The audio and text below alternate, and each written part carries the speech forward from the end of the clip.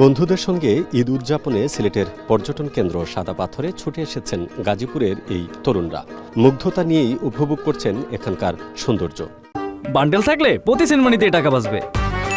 বিকাশ send money bundle কিনে জিতুন প্রতি লেনদেনে। প্রত্যেক বছরই এই ঈদের টাইম হচ্ছে ঘুরতে আসি, একমাত্র এই টাইমেই আসলে সবাইকে একসাথে পাওয়া যায়। এখানে এসে ঘোরাঘুরি অনেক মজা লাগছে, বন্ধুদের সাথে ঘোরাঘুরি করাটাই মেন বিষয় আমাদের। সাদা পাথরে বয়ে যাওয়া ধলাই নদী বাংলাদেশ ও ভারতকে আলাদা করেছে। দুই পাড়ে সারি সারি সাদা রঙের পাথর, ওপরে নীল আকাশ আর তার ঠিক নিচে সবুজ পাহাড় বরাবরই পর্যটকদের মুগ্ধ করে। তাই তো যে কোনো ছুটিতেই জনারণ্যে পরিণত হয় এই এলাকা। জায়গাটা খুবই সুন্দর, দেখার মতো। সাদা পাথর যে আসলে না আসলে বোঝা যায় না যে এটা হচ্ছে প্রাকৃতিক যে সৌন্দর্য। পানির যে স্রোতটা, এটাই তো মনের ভিতর অন্যরকম একটা অনুভূতি জাগে। ঈদে ফ্যামিলি নিয়ে আসলাম, সবাইকে নিয়ে এখানে আসার মতো পরিবেশ আছে, তাই আসছি, অনেক ভালো লাগতেছে। প্রথম আসছি, অনেক ভালো লাগতেছে। এই যে পানির স্রোত অনেক ঠান্ডা, অনেক ভালো লাগতেছে।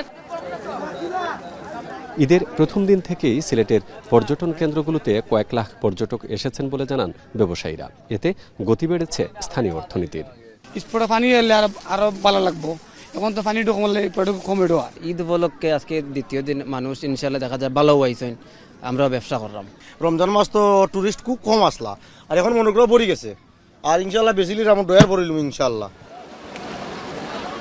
এবার সিলেটের ভোলাগঞ্জের সাদা পাথর ছাড়াও জাফলং, লালাখাল ও চা বাগানগুলোতে আশানুরূপ পর্যটক এসেছেন বলে জানান সংশ্লিষ্টরা।